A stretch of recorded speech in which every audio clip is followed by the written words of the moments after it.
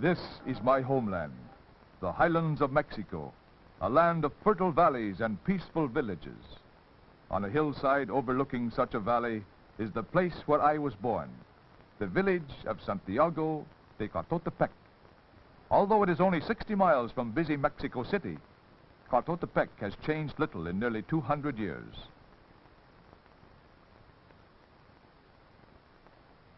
My people still grow crops in these fields, which were once cultivated by the Aztecs.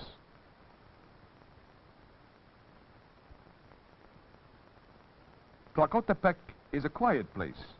From planting time until the harvest is over, most of the people spend their working days in the nearby fields. Life in our village is simple, and there are only a few shops. Often on pleasant mornings, the older women sell fruits and vegetables along the streets. Since there are no department stores in villages such as ours, once each week a woman comes from a larger town to set up a dry goods business at one of our street corners.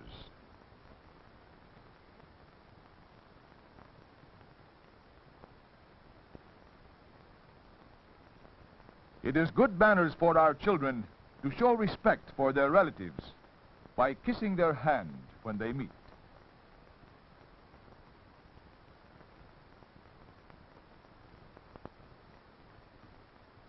After the spring rains, our hillsides are bright with blossoming mustard. The land stretching across the valley to the distant Sierra de Toluca turns green with new growth.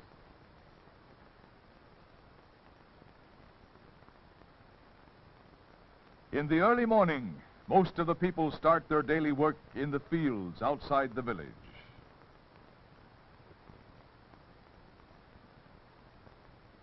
Some of my neighbors, like my friend Alfredo, have flocks of sheep.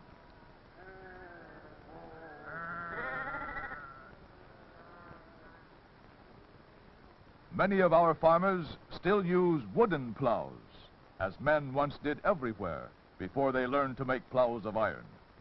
Each family cultivates an acre or two of land, on which a small annual tax is paid to the government. Our biggest crop is corn, which we call maíz. It is the principal food of the Mexican people.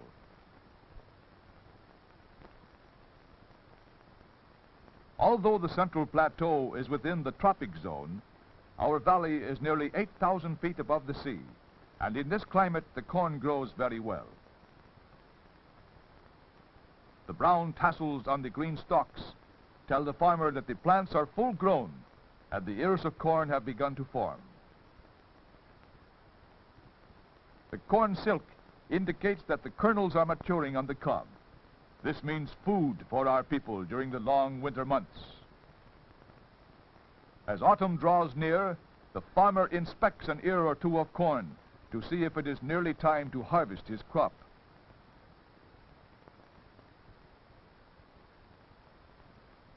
In addition to corn, many other things are grown in the fields near the village. Chícharos, or garden peas, are harvested in late summer and are used as a filling in tacos. Habas, known elsewhere as lima beans, are planted along the sides of the steep hills. In our part of Mexico, we grow a cactus plant called the maguey. This plant has been used in many ways since early times. The Aztecs spun its fibers into rope and coarse cloth. Today, the maguey is grown chiefly for its strong fiber, which is used in making heavy bags. Also, it produces nutritious milk, which we call agua miel, or honey water. My neighbor Nicolas has several acres of maguey. He extracts the agua miel with a long, hollow gourd, then empties the gourd into a sheepskin that he carries on his back. To get this milky juice, Nicolas scoops the soft, pulpy sediment from a hollow he has made in the stem of the plant. This hollow then slowly fills with juice. Nicolas can extract this honey water twice each day for 6 months of the year. Agua miel takes the place of cow's milk with many of our children. When it is allowed to ferment, it becomes a drink known as pulque.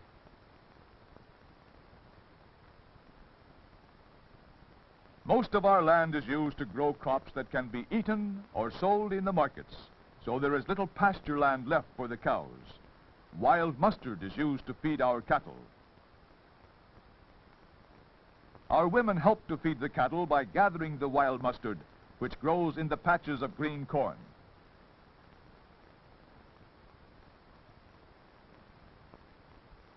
My friend Carlos has no burro or mule, so he must carry the heavy bundles of mustard on his own strong shoulders.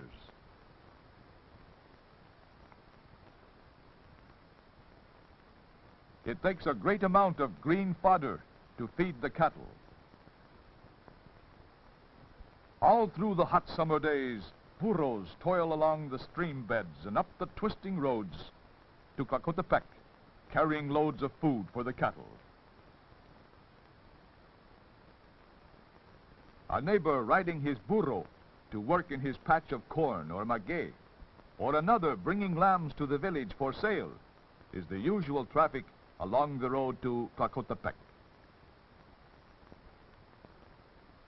For as long as we can remember, the morning sun finds Aunt Tomasa trudging up the road to the village, where she will exchange a few herbs for some tortillas.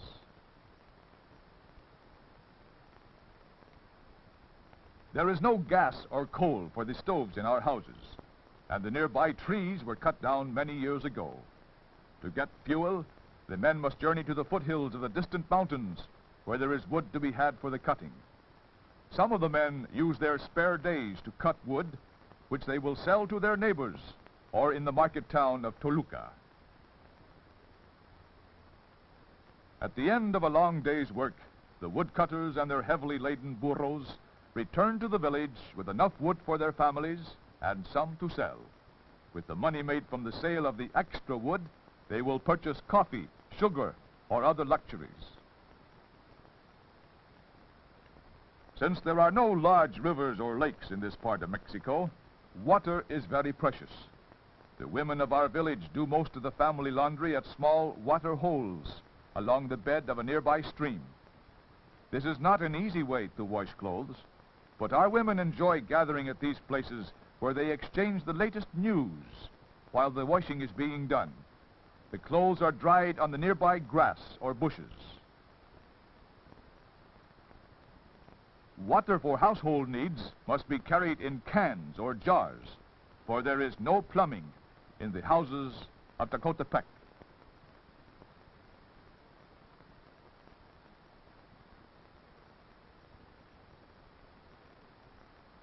A cement tank near the church provides for the entire village. It is fed by a spring on the hillside, from which water flows along a small channel of stone and mortar to the tank. Most of the men of the village do their own carpentry and masonry work. Since ancient days, our houses have been built of adobe bricks. Today, many of them are faced with plaster, which often is painted in bright colors.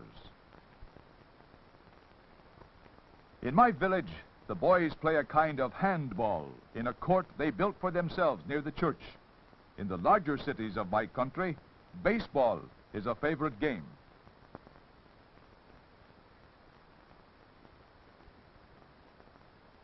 Children play simple games, like this one of hopscotch.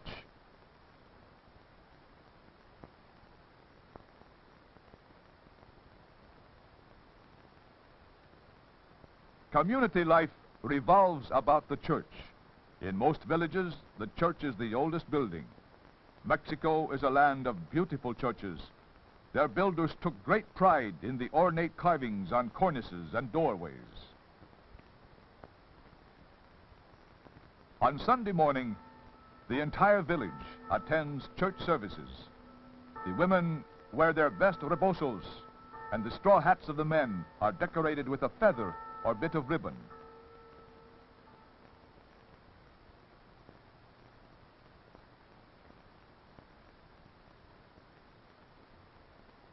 Children of the elementary and secondary grades go to our village school.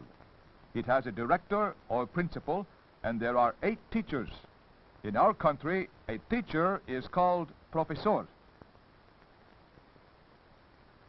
Usually classes are held in the school rooms, but sometimes both teacher and pupils enjoy studying in the sunlit patio. This is a class in physiology, and each pupil must draw a diagram of the human body and name each major part. The teacher uses many charts and diagrams to help the children learn their lessons.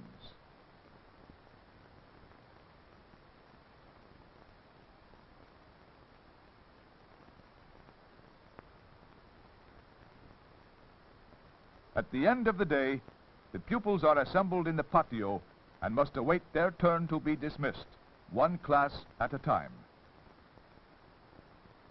The girls march out first, followed by the boys. Once outside, the lines vanish, and boys and girls find their friends as they start homeward. Community problems in Tecoltepec, which need attention, are in the hands of a group of our neighbors known as delegados, or delegates. The delegados are headed by a comisario, or commissioner. This group is chosen by an assembly of the people each year. This year, Salvador is the comisario. He presides at the meetings of the delegados and reports to the presidente municipal, who lives in the market town of Toluca. Salvador has called this meeting to discuss the problem of water, an eternal one among our people. Here on the Central Plateau, there is no rainfall from October to June, and the water in the village tank is dangerously low.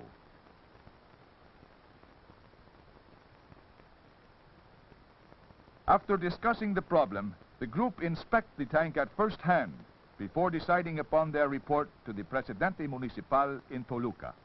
He is the representative of the state government.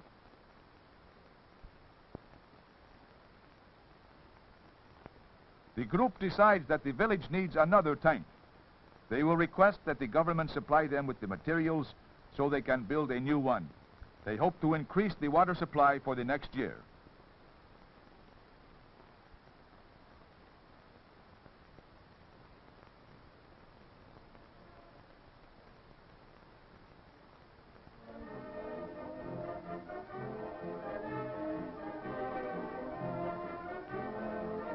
Mexico is a land of fiestas, most of which are related to holy days. Everyone in Tecoltepec enjoys the feast day of our patron saint, when all the village is gay with color and sound. On the morning of this day, a parade winds its way through the village to the church in honor of Santiago, the saint who has watched over our village for so many generations.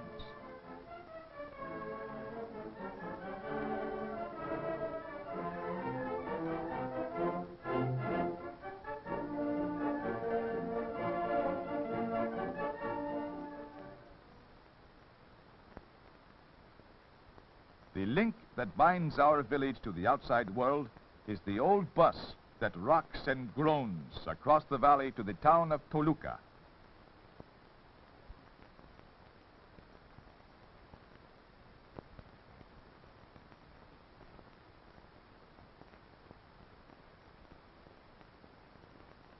On market day, the people of my village load their bundles on the bus.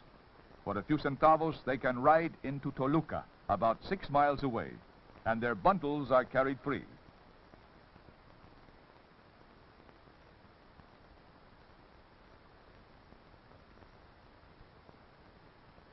In the market of Toluca are many things which have been made in our valley. The petates, or reed mats, which we use as carpets, mattresses, and curtains in our homes.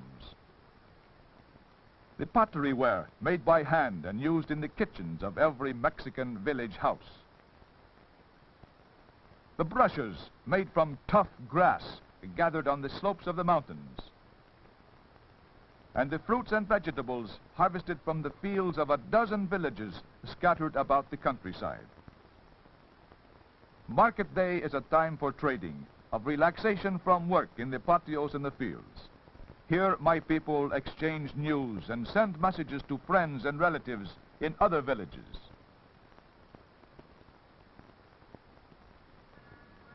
After selling their loads of produce, tortillas, and agua miel at the market, most of the people walk home to save the cost of the bus fare. They return along quiet roads across the broad valley to their homes. These are my neighbors in the village of Tecoltepec, people who live a simple life, unchanged in many ways since the days of the Aztecs. Levántate de mañana, mira que ya amaneció.